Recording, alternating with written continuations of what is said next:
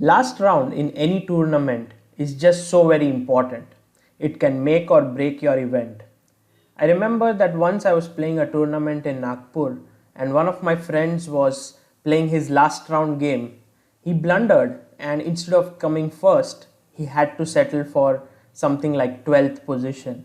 And instead of winning the first prize of 1 lakh rupees, he got 5,000 rupees. He told me, that one mistake cost me 95,000 rupees. Now that's how big stakes are at the last round. 95,000 rupees is a big thing for my friend, while for some the world championship is at stake. For many, there are so many other things that you lose if you don't play well in the last round.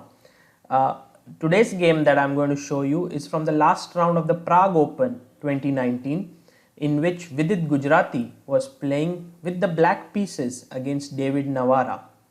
And this was a make or break round for Vidit, because if he would lose the round, he would be on 4 out of 9, which is a very mediocre performance by his standards. A draw would also mean a 5th or a 6th place finish, which is fine, I mean nothing special. But Vidit was able to win this game, which gave him the 2nd position in the tournament, which is very nice, in a tournament where he was the, I think, 6th seed.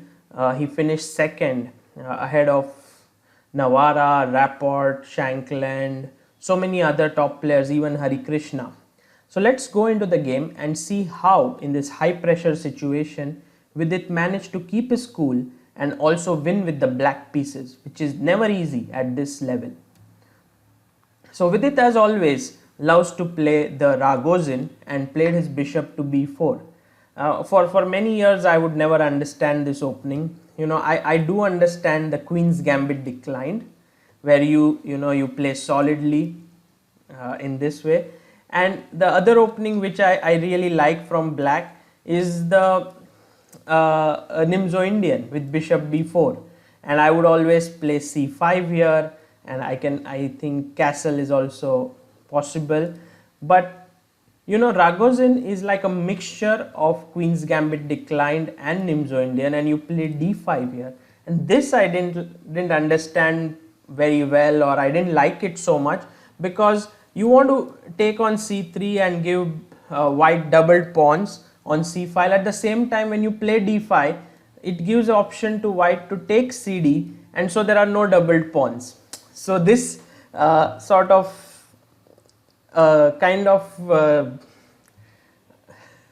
this created a confusion in my mind, and I didn't really feel that this was the right way to play. But the players who play Ragozin are very concrete. They are looking for quick development, they control the center, and at the same time they are creating active play by attacking the knight here, which controls the important e4 square. Okay, Queen b3 was played by Navara, and this is a very solid system.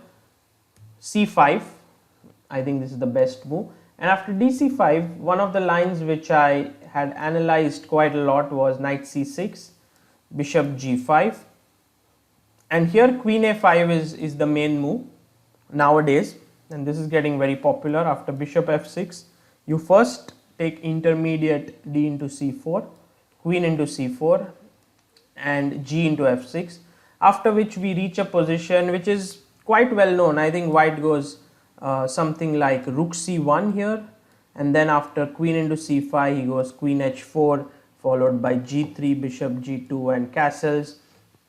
Black often keeps his king on e7, where it is relatively safe. But Vidit had some different ideas. Instead of playing knight to c6 here, he went knight a6. Not very common, but completely playable. Bishop takes c3, queen takes c3, and knight into c5. cd, queen d5. You have to take with the queen because the knight on c5 was hanging here. And here bishop e3, knight c e4, attacking the queen. And here the main move has been queen to e5, where after queen into e5, knight into e5, knight d5, it's white to play here. And I would like you to just think a bit about what you would do in this position. This is not what happened in the game, but still it's nice to have a think as to where would you take this bishop.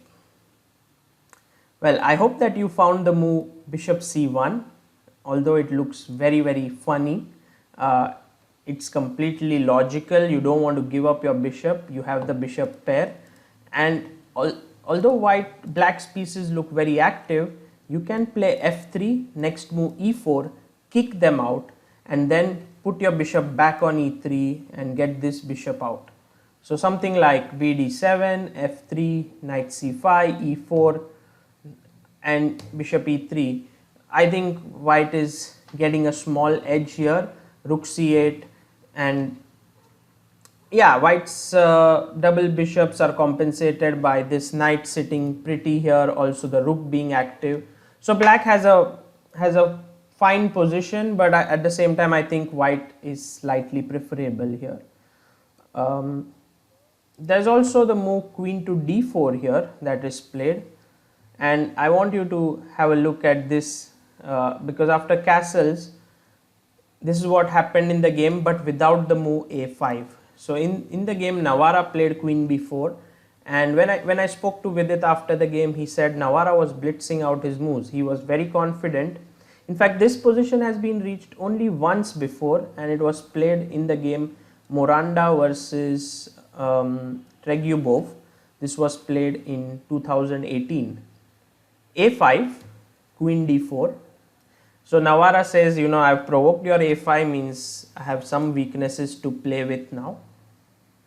Short castles and knight e5. Vidit played a4. Now a very natural move here in this line is to play f3. And this is what Moranda played with Tregubov, and I want you to tell me what should black play here. I hope that you are alert to the checks in the position, and if you see checks and captures, many times you can find the correct move. Queen a5 check was right, and after queen b4, which is forced, because if you play bd2, I can simply take and win the knight. So queen b4, I take on e5, and after bd7, the bishop could come on c6. This pawn is falling. Tregubov went on to win the game. But Navara was alert. He played knight to d3. So now if you give me queen a5 check, I can just play queen b4. My knight is no longer hanging on e5. Okay, Vidit played rook d8. And after queen d5, knight d5, bishop c1, I want you to compare this position with something that we looked over here. So what you will see is that in this position, it's same with two knights on d5 and e4 and bishop on c1, this variation we had seen. While here you will see that black has castled, got his rook to d8, pushed his pawn from a5, a4, and all of these moves have been given in return for white playing knight e5, knight d3. So black has in effect gained two moves at least, at the very least in this position. However, it's still not enough for an advantage because white is going to play f3 and e4, pushing everything back. So b5, f3, e4, and now bishop to d2 was played by Navara. The engines prefer bishop to f4, and after knight c4 you can take, play knight b4, and this is around equal but better than what happened in the game. bd2, Navara wanted to put his bishop on c3. He felt that this was a good outpost for his bishop, a strong point where he could put his bishop. And Vidit quickly jumped into e3, now threatening knight c2 check, also to capture the bishop on f1. King e2, knight c4, knight e5, and bishop a6. And here after knight c4, you can see that there is this latent attack on this diagonal. The king on e2 is slightly vulnerable.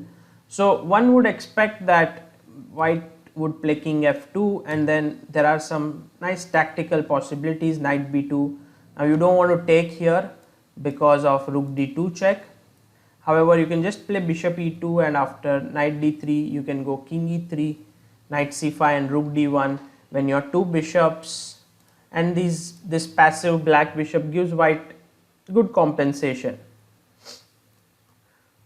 But Navara played all of a sudden rook c1, which was really a big mistake, and I am very surprised that a player of his caliber, who's rated 2739 and really very strong player, made a mistake like this. But you know, it was the last round, and sometimes at the end of such a stressful event, such mistakes are possible.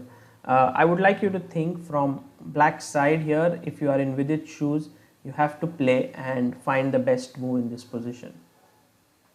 Right, I hope that you found the move b4 not at all difficult, just opening up the diagonal, and after bishop into b4, knight d2 check, simply very strong. You know, king e3, knight into f1, bishop into f1, rook into f1, and here I could very well end the video by saying rest is just a matter of technique, but I think that this is where the real thing in the video begins. You have to see how Vidit slowly improves his position and tries to find a way to win. So rook c8, and Navara very nicely puts his bishop on c3. So he says to Vidit, look, I made a mistake, I understand, but now the onus is on you. Tell me, how are you going to break through in this position? I'm going to keep my bishop here, and if you even double your rooks, I'll keep my king on e2, and my rook will be on the c file, on c1, or you know, it will be on the last rank. So you don't have the d2 square, you don't have d1. True, you can enter d3, but what next? And this is white's main idea, but Vidit played the move f6 first, and now you see, in such positions, in order to win, you don't have to make elaborate plans. You have to take one step at a time. So first you limit this bishop here, next you want to bring your king to f7, then I think limit it further and see how it goes. You know, maybe white will make some mistake, you will get some tactical idea. Let's see step by step. h3, king f7, rook g1, rook d7. So Vidit is just playing around king g6. He wants white to provoke himself, you know, make a move like g3, so that later on when he comes to d3, this pawn is weak. Just waiting. King e3, king g5, again trying to provoke, and if white does nothing, you can always go back. So rook c1, king g6, king f2 and h5, trying to clamp down the pawns. Now rook d3 and h4. So you have been able to sort of fix these pawns for the time being. King e2, rook d7, king e3, king h5, rook f1, rook d8, king e2, not letting black come in with rook d1. This is important. Rook b8, rook c1, rook to b3, rook f1. Okay, Navara is cool. King e3, rook b6, rook c1, rook bd6, king e2. Again stopping rook d1, rook b3, bishop e1, rook goes to b3, you play rook c2 and bishop c3. Everything is fine. You can see how Vidit is struggling, you know, to break through, but at the same time he's patient. He made his last move e5, which is a little committal, but not so much that he is losing his flexibility. King g6, and now this constant maneuvering of pieces really played on Navara's mind, and he went king to e3. Now this allowed Vidit to get in something which he wasn't able to since many moves. So I would like to ask you, what should black play here? Right, I hope that you were able to spot this move, rook d1. You get into the position. Now you can go to g1, sometimes b1, and overall this rook suddenly starts feeling a little cramped. However, the question is bishop e1, how do you break through? And this was my question to Vidit after his game. You know, I was able to talk to him later, and he said that yes, it was not very simple, you know, to break through. but he had some plans in mind. One of them, and one which is most likely, is that he's going to bring his king over here, or from e8, d8, try to play somehow or get his rook to the c file, and finally move his king to the b3 square. And this is going to take a lot of time and maneuvering, but I think this might be white's sort of only way to black's only way to play for a win, because I was trying to analyze this move f5, which looked very active, but after rook c6 check, king g5, bishop c3, you take here, I play rook a6, and even though these pawns are broken, I'm going to win this a4 pawn. My rook is going to be very active, and it's going to be very tough for black to play for a win here. So that's the reason why I think, as a very strong defense, Navara should have played bishop e1. However, he went king e3, and now it was relatively easy, because I think now Navara panicked. He played f4. Already it's very difficult. Rook e1 was a nice move, because if you go to f3, then rook f1 and f4 falls, and if you go to d3, then e into f4 falls. So king d2 was played, e4 pawn was lost, and after king d3, rook f2, rook f4, and rook c4, Navara resigned. One of the threats could be simply to take this rook c3 and also pick up the a3 pawn when you are 2 pawns up and winning in the rook endgame. So with this win, Vidit finished second, quite a big win for him against Navara, one of the highest rated players he has beaten in his career after Vladimir Kramnik.